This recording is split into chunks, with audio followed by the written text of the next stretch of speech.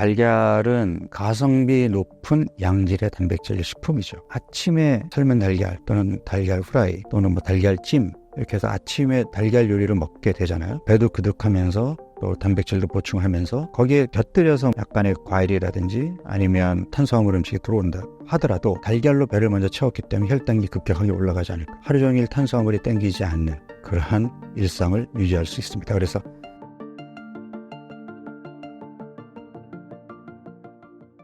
원장님만의 식단이 따로 있으실까요? 사람들이 많이 물어보는 질문인데 그러면 박사님은 어떻게 드세요? 저는 사실 건강식으로 챙겨 먹으려고 노력을 합니다. 이미 방송에서 소개된 것처럼 저는 애주가예요. 그래서 술 이외에 몸에 나쁜 음식은 최대한 자제하겠다. 물론 술도 끊으면 제일 좋겠지만 저는 건강을 제 인생의 최고 목표로 생각하지 않고 있기 때문에 삶의 질, 행복을 추구하는 삶, 이거를 저의 최우선 목표로 두고 있고 건강은 내가 행복하기 위해서는 반드시 따라와야 되는 거기 때문에 내가 건강을 지키기 위한 노력으로 그 나름대로 이제 지키려고 하는 것이 술은 사람들과 이제 어울리면서 내가 조금 즐기다 보니까 술 이외에 몸에 나쁜 음식은 일체 먹지 않겠다. 그래서 저는 설탕은 먹지 않습니다. 네, 특히 이제 그 설탕의 중요한 구성 요소인 과당은 저는 술보다 더 나쁘다고 생각하는 사람이기 때문에 일단 과당이 들어간 것은 저는 아예 먹지 않겠다라는 마음으로 이제 그 음식을 선택하거든요. 그래서 저는 설탕은 아예 이제 피하려고 하고 있고, 그 다음에 이제 밀가루 음식의 경우에도 이거는 개인적인 차이가 있으나 이제 밀가루 자체가 가지고 있는 글루텐이라고 하는 단백질에 대해서 조금 예민한 체질이 있어요. 실제로 배가 나오고 살이 찐 사람들의 경우에는 이 글루텐에 민감한 사람들이 꽤 많습니다. 그러니까 밀가루 음식을 아무리 많이 먹어도 저는 살 안 쪄요. 이런 분들은 예외예요. 그런 분들은 많이 드셔도 돼요. 근데 밀가루 음식을 먹고 났더니 그 다음날 몸이 좀 붓고 피부에 트러블이 생기고 배에 가스가 차고 뭔가 더부룩하고 이런 사람들 중에는 밀가루에 있는 글루텐에 조금 민감한 사람들이 있어요.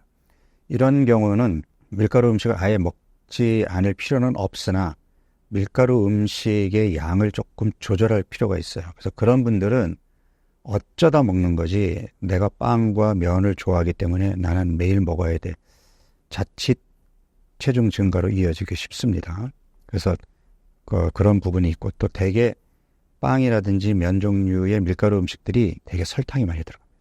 여러분들 냉면에 설탕이 얼마나 들어가 있는지 모르시죠? 그래서 그렇기 때문에 어쨌든 설탕, 밀가루 음식들은 설탕은 아예 피하셔야 되고 밀가루 음식도 조금 평소보다 줄이시는 게 좋고 그러면 결국은 돌아가는 게 역시 전통 식단인 거죠. 밥을 먹으면서 다양한 반찬을 먹겠다. 이게 이제 저는 그래서 그 하루 3끼 중에 1끼 또는 2끼를 전통 한식단, 밥과 채소 반찬, 단백질 반찬으로 먹고 그 다음에 이제 나머지 1끼는 샐러드를, 그러니까 샐러드도 뭐 두부 샐러드, 연어 샐러드, 닭가슴살 샐러드 종류가 많잖아요. 그러니까 샐러드라는 것이 신선한 채소를 먹을 수 있는 좋은 식단인데다가 토핑을 다양한 단백질로 구성할 수 있으니까 채소와 단백질 위주의 여기에다가 좋은 지방을 드레싱으로 쓰게 되면 그러니까 양질의 단백질, 그 다음에 채소, 그 다음에 좋은 지방이 들어오잖아요. 그리고 제가 처음에 얘기했던 것처럼 탄수화물 섭취를 현대인들이 조금 줄여야 되니까 나는 몇 끼니 탄수화물을 먹어야겠어가 아니라면 우리가 밥으로 1끼 또는 2끼를 먹는다면 나머지 1끼는 이런 샐러드로 먹는 것도 상대적으로 탄수화물을 줄이면서 채소와 단백질 위주의 식단을 갖는 좋은 방법이 될 수 있겠고요. 저는 저녁 식사에서는 가급적 탄수화물을 먹지 않으려고 합니다. 왜냐하면 저녁을 먹고 나서 신체 활동이 별로 없거든요. 그러니까 우리가 집에서 밥을 먹고 온 가족이 나가서 30분 산책을 한다. 그러면 저녁 식사에 밥 반 공기 정도 먹는 거 오케이. 그런데 저녁을 먹고 나서 그 이후에 계속 거실에 앉아서 TV를 보고 심지어 늦게 이제 아이들이 학교에서 그러니까 학원에서 들어오면 그 냉장고에 쟁여놨던 과일을 꺼내서 먹고 이런 식사 패턴이면 저녁에는 탄수화물을 아무래도 자제해야 되겠죠. 저처럼 저녁에 모임이 많은 경우에는 아무래도 모임 끝나면 집에 와서 씻고 이제 잠자리에 들어야 되니까 신체 활동이 크지 않은 이제 그런 저녁 식사 이후의 시간이라면 저녁 시간은 역시 채소와 단백질 위주의 식사를 하는 것이 바람직하다. 그래서 저는 저녁 식사 식단으로 좋아하는 게 이제 수육, 샤브샤브 또는 생선, 회. 그러면 이제 이게 다 양질의 단백질이잖아요. 그럼 거기에 이제 약간의 술을 곁들이더라도 몸에 조금 해가 덜 가지 않을까 이런 생각에서 저녁 식사에서는 채소와 단백질이 풍부한 이러한 식단을 먹고 주로 아침과 점심에 양질의 탄수화물을 먹고 있습니다. 원장님만의 다이어트 비법은 무엇인가요?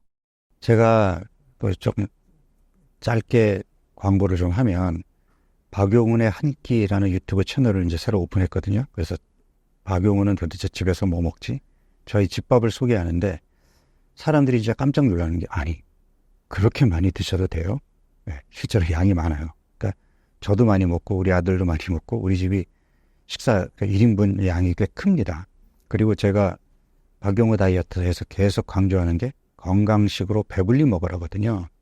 왜냐하면 포만감 있게 먹어야 내 몸의 모든 신진대사의 기능들이 정상적으로 작동이 됩니다. 그러니까 포만감을 느끼는 것도 우리 몸의 호르몬의 작용이거든요. 그래서 우리 몸속 호르몬이 생리적으로 제대로 돌아간다면 우리 몸은 필요량만큼 음식이 들어오게 됐을 때 포만감을 느끼고 수저를 내려놓게 되는 거예요.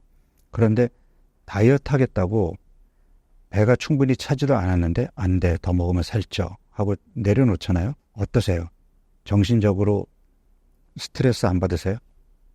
이게 정신적인 스트레스뿐 아니라 신체적으로도 스트레스를 받게 돼요. 적게 들어오면 우리 몸은 어떻게 써요? 뇌에서 스트레스 호르몬이 바로 나옵니다. 아쉽잖아요. 더 먹고 싶잖아요. 참아야 되죠. 이게 정신적, 신체적 스트레스를 야기하는 거예요. 그런데 지금 다이어트 하겠다고 한 끼만 적게 먹는 게 아니라 하루 세 끼를 칼로리를 낮춰서 적게 먹고 이게 그 하루로 끝나는 게 아니라 일주일, 한 달 또는 3개월 이거를 몇 끼니 적게 먹으면 만성 스트레스에 빠지지 않을까요? 여러분들이 의도하든 의도하지 않았든 여러분들 몸은 스트레스 상황에 빠지게 됩니다. 이러면 어떤 부작용이 생기느냐? 우울해집니다. 짜증나요. 쉽게 짜증이 나죠. 기분이 가라앉으니까 의욕도 떨어지고 그러면 이런 것들이 결국은 밤에 불면으로 이어진다든지 또는 낮 동안에 탄수화물이 더 많이 땡기는 그러한 증상으로 나타나기 때문에 결국 과식 폭식으로 끝나게 돼요. 그러니까 과식 폭식이 여러분들의 의지력 박약이 아닙니다. 적게 먹는 식사를 했기 때문에 나타나는 결과물인 거지 여러분들이 의지력이 박약해서 과식 폭식을 하는 게 아니에요. 근데 우리는 아직도 다이어트 그러면 적게 먹어야 된다라는 고정관념에 빠져 있기 때문에 그런 실수를 하는 거거든요. 그래서 저는 건강식으로 잘 챙겨 먹으라는 걸 강조하고 있어요. 그러면 이런 질문이 나오겠죠. 건강식으로 잘 챙겨 먹으면 건강한 돼지가 되지 않을까요? 아닙니다. 몸이 건강하잖아요. 건강하면 내 몸이 알아서 식사량을 조절하게 돼요. 그러니까 포만감 호르몬, 배고픔을 느끼게 하는 호르몬들이 생리적으로 정상적으로 작동을 하는 몸에서는 배고프면 음식을 먹으면 되고 포만감을 느끼면 수저를 내려놓으면 돼요. 많이 먹게 되면 내 몸은 더 많이 에너지를 소모하게 되고 적게 먹게 되면 에너지 소모를 줄이면서 늘 일정한 체중, 체지방을 유지하는 것이 건강한 몸이에요. 그런데 자 이제 내가 건강관리에 좀 소홀하다 보니까 배가 나오고 살도 찌고 다시 건강한 몸으로 돌아가고 싶어. 그런데 박용우 다이어트는 건강식으로 배불리 먹어라. 그렇게 먹어서 건강한 몸으로 다시 돌아갈 수 있을까요? 적게 먹어야 하는 게 아닐까요? 그래서 나오는 해법이 간헐적 단식입니다. 그러니까 건강식으로 잘 챙겨 먹다가 간간히 굶어라. 이게 박용우의 다이어트거든요. 생각해 보면 우리 인류 역사에서 그러니까 우리 이제 옛날 원시 인류 시대 때부터 뭐 가까이에는 1960년, 70년대 초반까지 우리는 굶기를 밥 먹듯이 했어요. 그러니까 음식이 늘 풍족하지 않았단 말이에요. 그러니까 뭐 사냥을 해오거나 또는 음식이 풍족할 때는 배불리 먹지만 또 뭐 음식이 부족할 때는 굶었어요. 뭐 그러니까 농경 시대에도 우리가 흉년이 들거나 뭐 기근이 생기면은 초근목피로 연명을 해야 될 정도로 굶었단 말이에요. 1960년대에도 보릿고개라는 말이 있었고 정말 굶기를 밥 먹듯이 했던 우리 조상들의 후예거든요. 근데 우리 몸은 음식이 있으면 배불리 먹고 없으면 굶는데 익숙해져 있는데 이게 매 끼니 음식이 들어오는 상황이 익숙할까요? 자, 우리 몸에 피와 지방의 역할이 뭘까요? 에너지가 들어오지 않을 때, 그러니까 음식이 없을 때를 대비해서 여분의 에너지를 비축한 거잖아요. 언제 써봤죠? 굶어야 나오잖아요. 언제 굶어봤죠? 심지어 야식까지 먹고 자는데 이 피와 지방을 언제 끄집어 썼냐고. 이러니까 몸이 망가지면서 야금야금 계속 체중이 늘어나는 거예요. 그러면 일부러 굶어줌으로써 예전에 우리가 원시 인류 시대부터 60년대까지 있어 왔던 있을 때 잘 먹고 없을 때 굶었던 익숙한 환경에 맞춰주는 거죠. 다만 차이점이 있죠.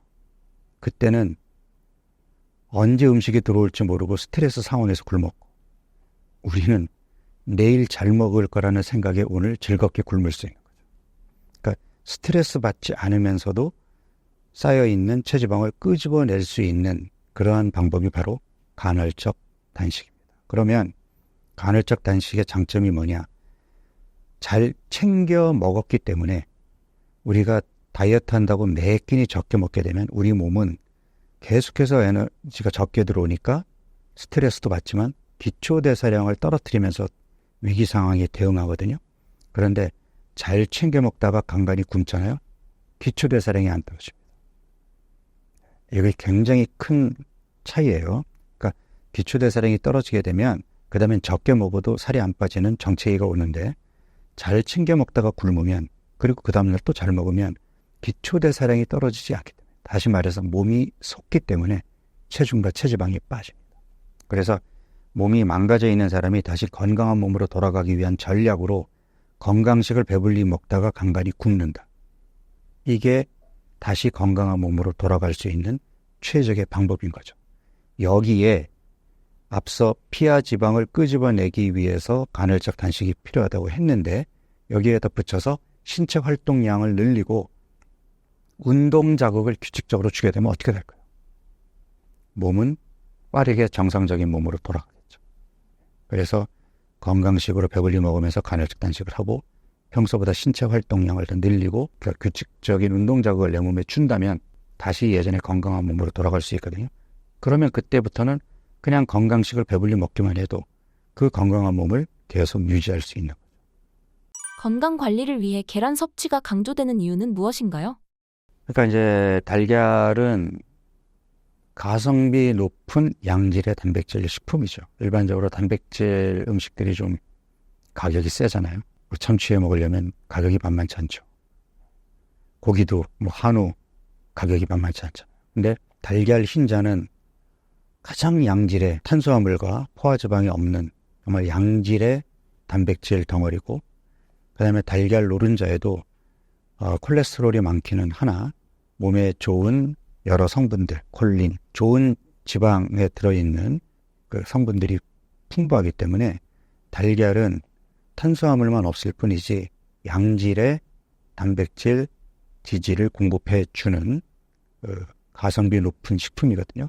그래서 달걀을 잘 활용하는 것은 도움이 되고요. 되게 이제 우리가 아침에 일어나서 첫 번째 식사를 보통은 탄수화물 음식으로 하거든요. 근데 이게 예전처럼 농사일하고 뭐 먼 길 걸어 다니고 할 때는 아침부터 에너지가 필요하니까 아침부터 탄수화물 음식을 먹는 게 맞아요. 그렇지만 우리가 차로 이동하고 하루 종일 앉아서 일하고 신체 활동량이 없는 상황에서 아침부터 혈당을 높이는 탄수화물 음식, 이를테면 뭐 빵이라든지 밥이나 죽이라든지 또는 프레이크라든지 뭐 과일이라든지 이런 것들을 먹으면 혈당이 이제 올라간 상황에서 몸을 움직이지 않으니까 급격하게 올라간 혈당이 빠르게 떨어지게 되면 우리가 반응성 저혈당이라고 해서 점심시간이 되기도 전에 배가 고파요. 그러니까 계속 하루 종일 탄수화물이 땡기는 그런 몸이 되는 거거든요. 이럴 때 아침에 뭐 삶은 달걀 또는 달걀 후라이 또는 뭐 이렇게 해서 또는 뭐 달걀찜 이렇게 해서 아침에 달걀 요리를 먹게 되잖아요. 그러면 뭐 배도 그득하면서 또 단백질도 보충하면서 탄수화물 거기에 곁들여서 뭐 약간의 과일이라든지 아니면 뭐 탄수화물 음식이 들어온다 하더라도 달걀로 배를 먼저 채웠기 때문에 혈당이 급격하게 올라가지 않을 거예요. 하루 종일 탄수화물이 땡기지 않는 그러한 일상을 유지할 수 있습니다. 그래서 실제로 아침에 달걀 2개를 아침 식사에 포함시키는 식사가 체중 감량에 도움이 된다라는 연구 결과도 있거든요. 그래서 달걀을 아침 식사에 활용해 보는 것은 좋은 습관이라고 할 수 있습니다. 올바른 계란 섭취법은 무엇인가요? 뭐 어떻게 먹어도 상관은 없을 것 같고요. 그럼 얼마나 먹어야 되는지에 대한 정답은 사실은 없습니다. 그러니까 달걀 노른자에 이제 콜레스테롤 함량이 많은 편인데 콜레스테롤이 많이 들어있는 음식을 먹으면 콜레스테롤이 올라간다? 이거는 팩트가 아닌 걸로 확인이 됐어요. 그래서 굳이 콜레스테롤 걱정을 할 필요가 없는 사람들은 많이 먹어도 전혀 상관이 없습니다. 다만 콜레스테롤 수치가 높아서 약을 복용 중인 경우라면 하루에 2개 이내로 먹는 게 좋고 뭐 일주일에 12개 이내로 먹는 거라면 문제가 되지 않는다. 뭐 이런 연구 결과도 있습니다. 그래서 콜레스테롤에 대한 걱정을 하지 않는 사람들은 크게 그 섭취량에 제한을 두지 않으셔도 되고 콜레스테롤이 높으신 분들만 조금 섭취량에 신경을 쓰시면 되겠습니다. 삶은 달걀과 프라이는 효과가 똑같은 건가요?